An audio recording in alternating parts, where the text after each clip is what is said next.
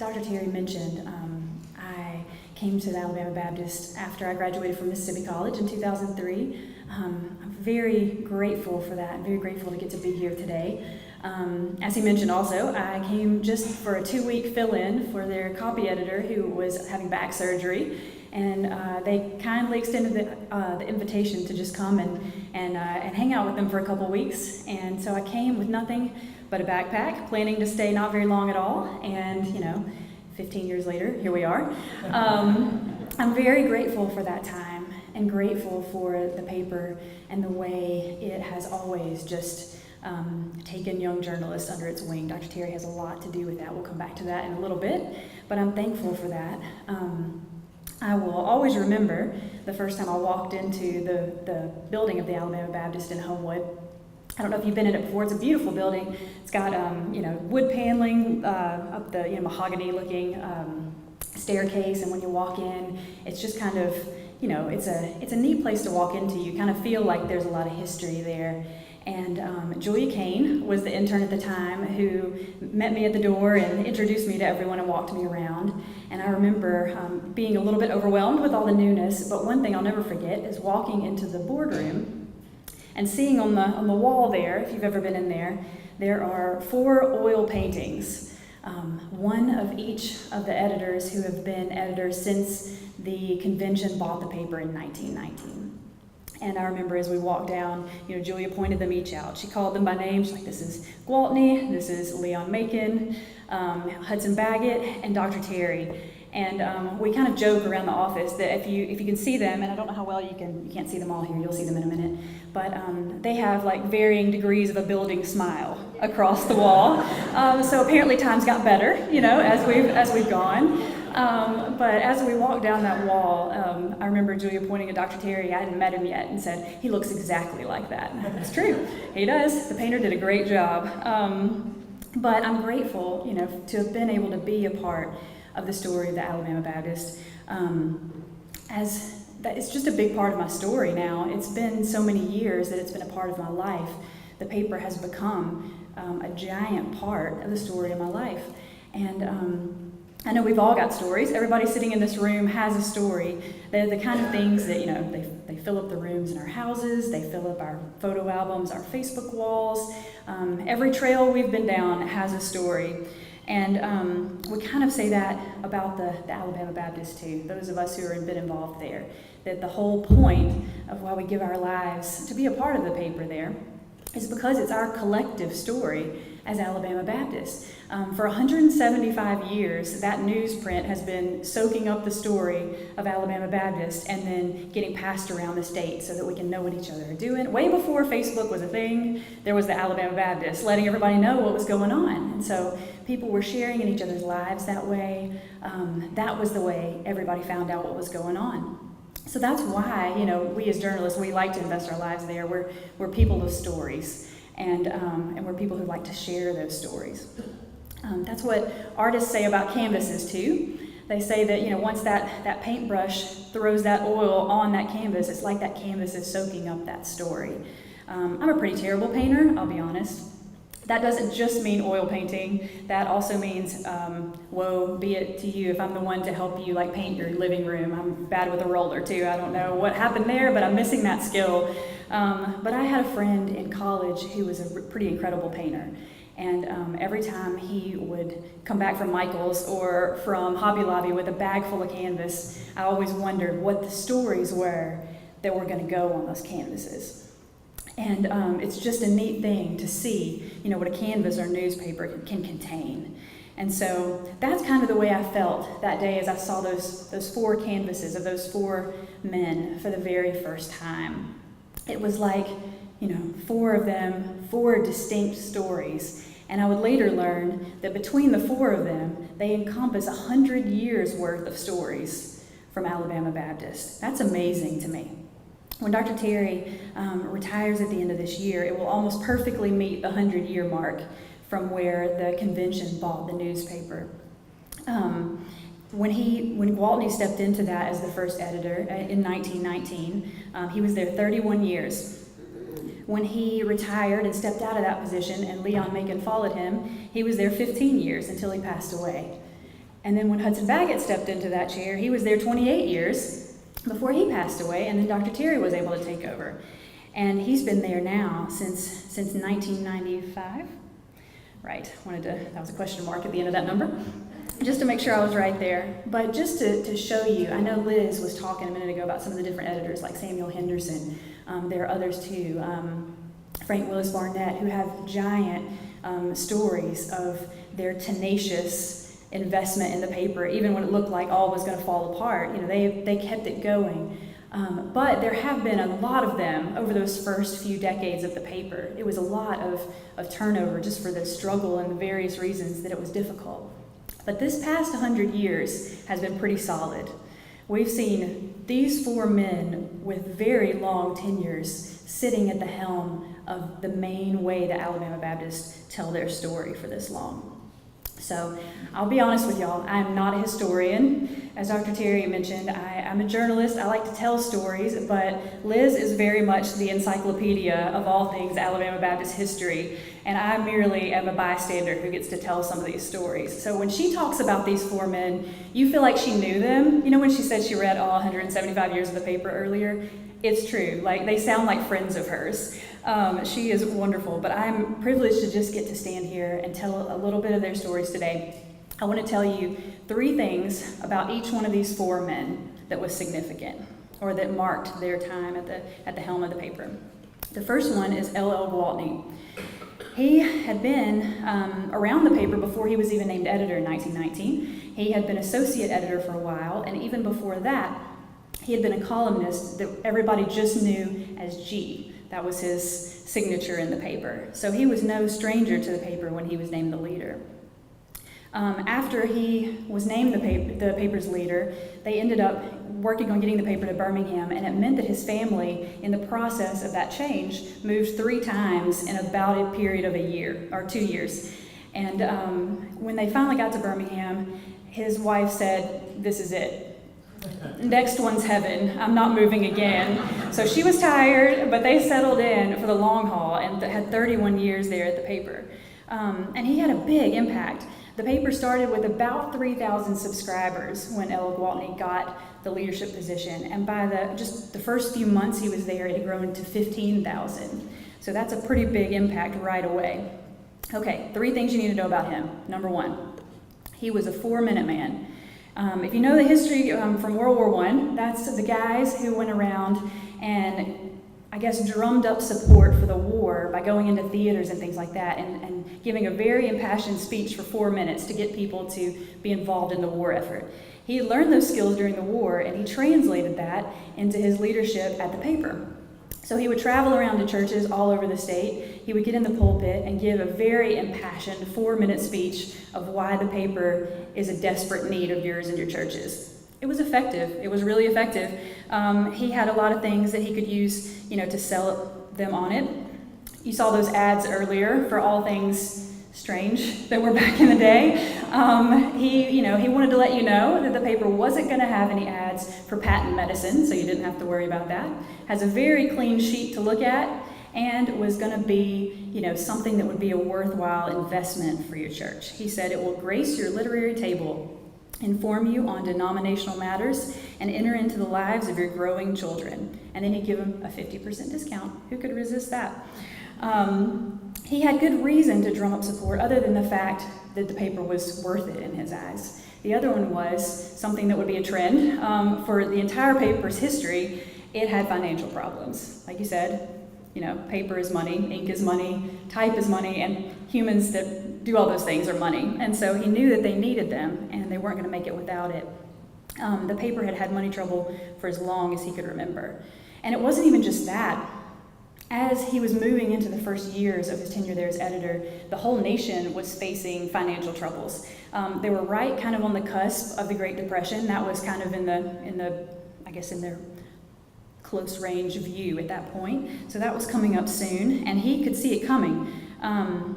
He wanted churches to go ahead and invest in the paper, even though finances were a struggle, because in his eyes it was worth it, and the finances honestly weren't going to get any better anytime soon as far as he could see. So he told them that was important. And that leads us to number 2. He sensed impending stock market problems. He was a guy with his finger on the pulse of two things: the people of Alabama and financial things.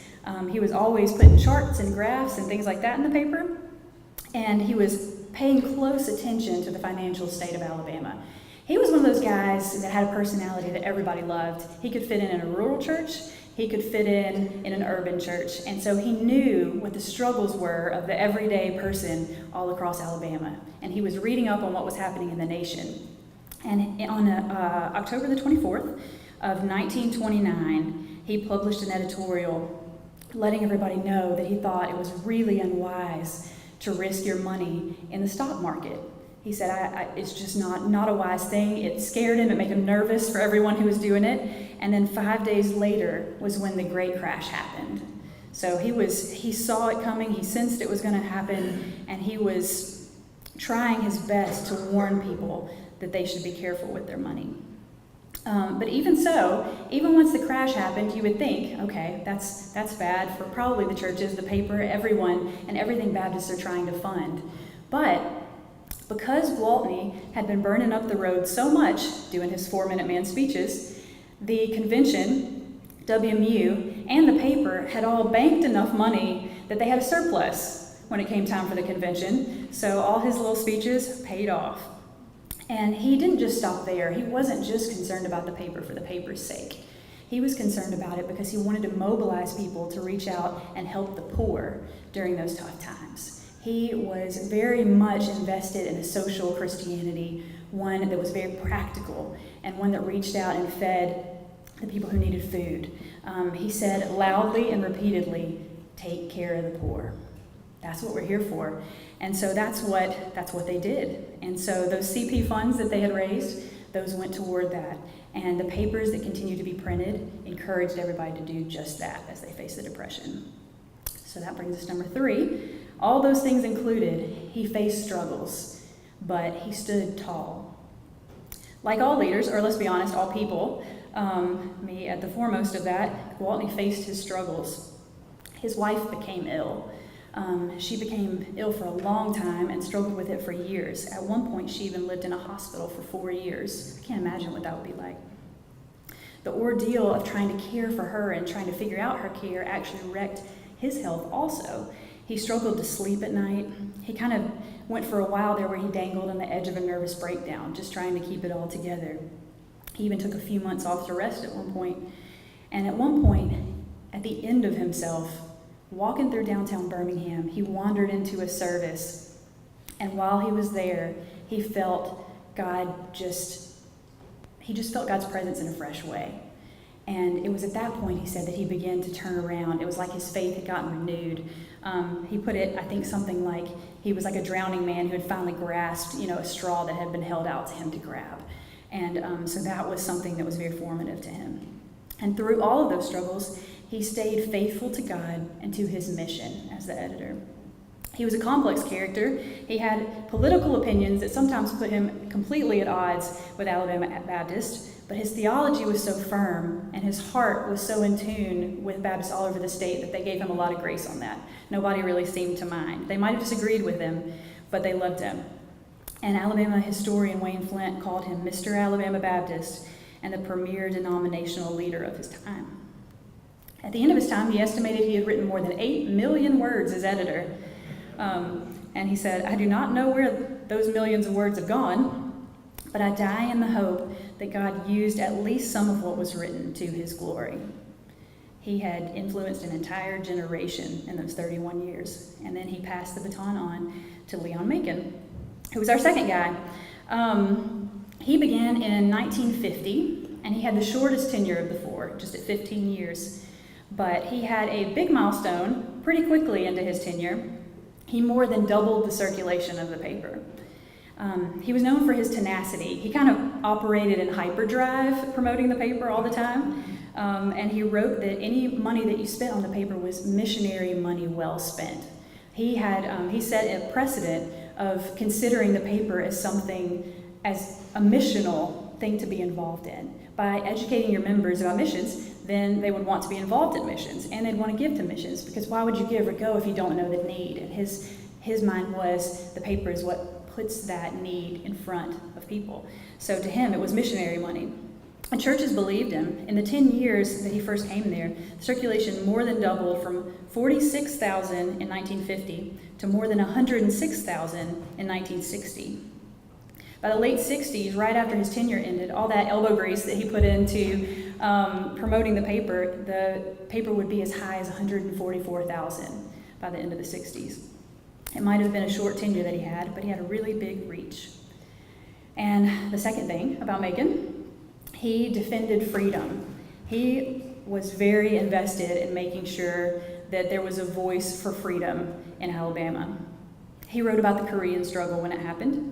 When that was over, he used his pen to defend freedom while McCarthyism and the Second Red Scare was going on. I think we have a picture of that, of Senator McCarthy and anti-communist hearing there. He fought hard in his editorials for the separation of church and state. He knew that was vital to freedom of religion. He fought against censorship and for the freedom of the Baptist press. He wanted every Baptist to have the right to choose what they read for themselves and for no one to tell them what they could and couldn't read. And that definitely applied to the Alabama Baptists as well. He wanted the press to stay free so that he could write what he felt was right, and they could write anything they wanted.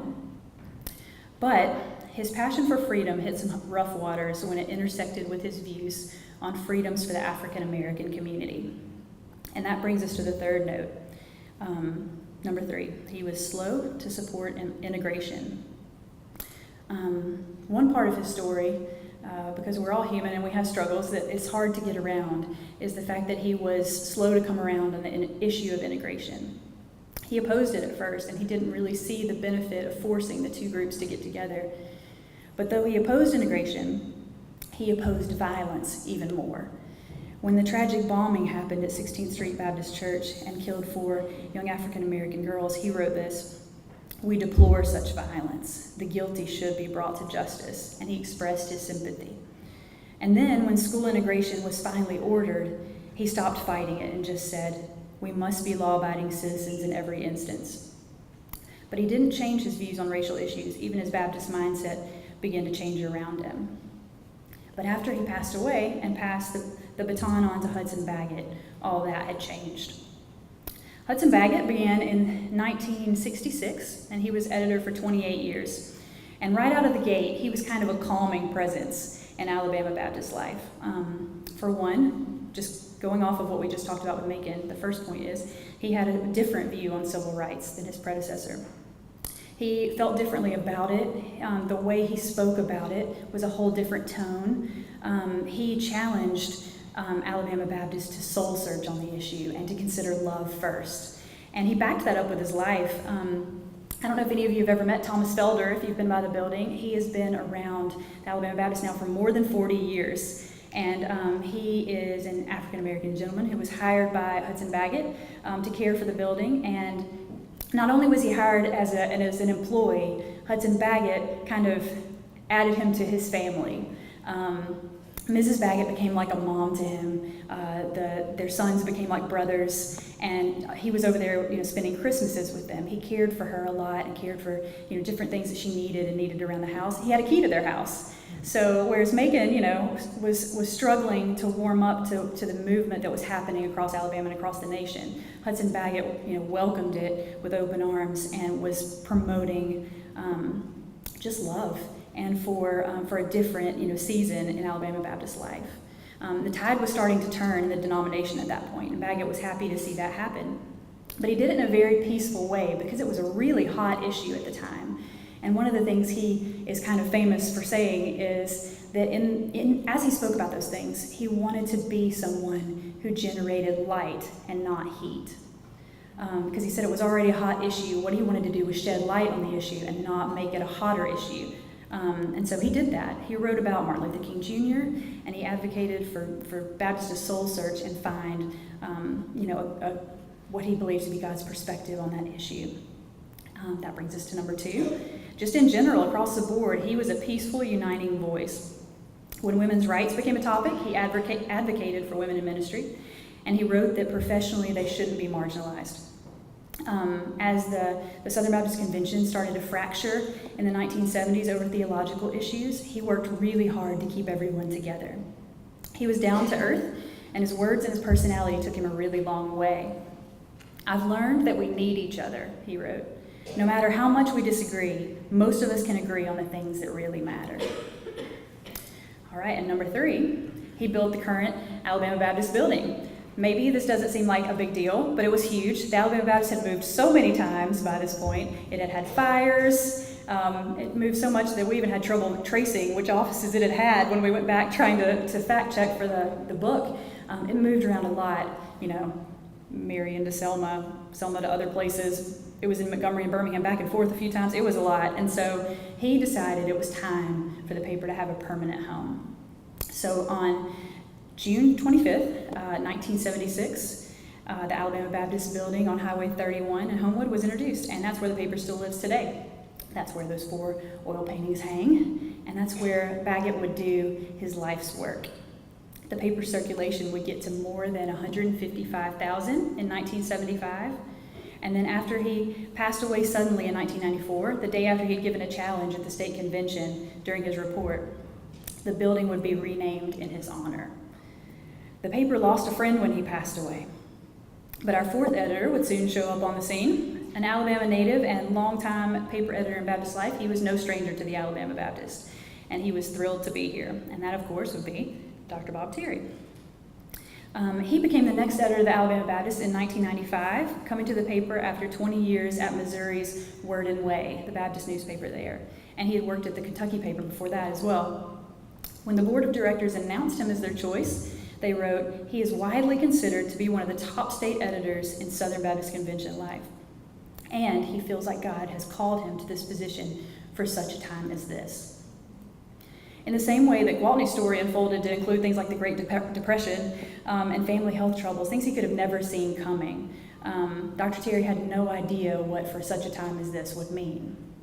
And that brings us to number 1. During his time as editor, he's navigated some difficult waters. Like every one of his predecessors, even if I didn't mention it on their part, financial problems were always there. And so he's had to work through that for years, keeping the paper on track and keeping it viable and alive and thriving. In addition to that, not just having the normal financial things that all the editors had kind of struggled with over the years, he had 2 more things that nobody really could have seen coming, or at least not the impact that they would have. A nationwide decline in denominational loyalty has happened in the last couple decades. Also, the rise of technology, where papers nationwide began to tumble in subscriptions, and print journalism kind of went into survival mode. That kind of happened so fast, and it was all while Dr. Terry was at the helm of the paper. But he would continue to encourage people to see the paper as missions money well spent. And that passion for the mission of the paper paid off. For a while, the paper's circulation still rose while others didn't. And it held strong at 115,000 for almost a decade, even when others were struggling and losing subscriptions. But when the Great Recession happened, slowly subscriptions began to fall, and he's had to lead the paper to find new ways to reach its changing audience. But it stayed true to its mission under his leadership, and it's continued to publish weekly, which is not something that every Baptist paper has been able to do. Also, like his predecessors, he faced tensions and conflict in the Southern Baptist Convention, but he worked hard for unity alongside state leaders, and it worked. But it wasn't always easy. There were some troubled times in the state convention over issues with entities and other things, and there were times when the reporting was tricky. But Dr. Terry has guided the paper through all of those things, and it's stayed a unifying force in the state through all of it. Another difficult and unexpected trial that Dr. Terry would face would be the loss of his wife Eleanor, who passed away in a car accident in South Africa. That was in 1998 when they were there for a Baptist World Alliance General Council meeting. He said in his editorial, "Our once-in-a-lifetime trip turned into a nightmare. It would be a deep valley for him to walk through. Eleanor was very well loved." His story opened up many opportunities for him over the years to be able to comfort others with the comfort that he's been given, much like it talks about in 2 Corinthians 1. And in 2002, God brought comfort in a new way into his life. Dr. Terry would meet and marry Patricia Creel Hart. She was a Stanford University professor and a former missionary. It was God's goodness shining through in the midst of a heavy season, he wrote in his editorials. And he kept on moving forward. That brings us to our second point. He had a large breadth of influence in his tenure. In the face of all these variables that have been swirling around for years, Dr. Terry has continued to push for the presence of a state Baptist paper, not just in Alabama, but Southern Baptist Convention wide. He's been in the editor's chair for more than 27 years, but he's been in state Baptist paper life for 50 years total, 43 of those as an editor of a major Baptist paper. That's the longest tenure of an editor in SBC history. While there at the paper, he's led the paper to earn a number of national awards. When he was editor of TAB, he began serving as executive secretary of the Association of State Baptist Papers. So he was simultaneously leading the largest state Baptist paper in circulation at the time and representing all the state Baptist papers while they were having SBC-related discussions and coordinating those things together. In 2001, he was also elected president of Associated Church Press, the oldest ecumenical journalism group among Christians. It was the culmination of 10 years of work with that organization. In addition, in 2001, he became chairman of the Communications Committee of the Baptist World Alliance, which meant that he helped lead their communications things, as well as coordinating their training events for Baptist communicators in different parts of the world. He served as chair of that for 10 years, and when his term is up in 2020, he will have served there for a total of 30 years. He's the only Southern Baptist to have held some of these positions, and the fact that he held them all at one time gave him an opportunity to make a large impact for the things that matter most to Alabama Baptists. And that brings us to the last note. He's invested in the future. He's done that in a lot of ways. He's, like I said, if I sat here and listed all the things that had happened in the last 27 years while he's been at the helm of the paper, it would take a long time. He's done a lot of things that have been very meaningful to just the fabric of Alabama. The paper led to the defeat of the lottery. It had a very big hand in seeing that happen, and some people have attributed that to the way that the paper was able to mobilize Christians to vote, which is huge for Alabama. There have been so many other things as well, but not the least of these has just been the way that when nobody else is around, he has invested his life in younger journalists. Jennifer Rash, who is editor-elect of the paper, is one of them. She came to the paper more than 20 years ago as a news writer, and I'm one of them myself. As y'all heard the story, I didn't even mean to end up in Alabama, but I did by God's grace, and am grateful, so grateful for the way that Dr. Terry and the Alabama Baptists have invested in me as a journalist and as a person. I will always be grateful for that.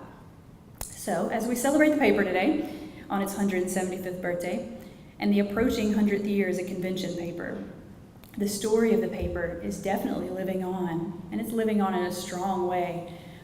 I love, there's so many times that the stories just go out and you never know. Kind of, he's like, was it Gwaltney who said he didn't know where his 8 million words had gone, but he can just pray that they go to the glory of God. These stories go out, and sometimes, you have no idea where they're landing. But when you meet people across the state and they say, hey, I read that story about that mission trip to Guatemala, and ever since then my church has been taking annual trips there. It just burdened my heart to go. Those things are the things that make the Alabama Baptist something worth investing our lives in. And I know that I will always be grateful for that impact, to be able to be a part of that. And I know it's impacted my own life in a big way. And I know I'm not the only one.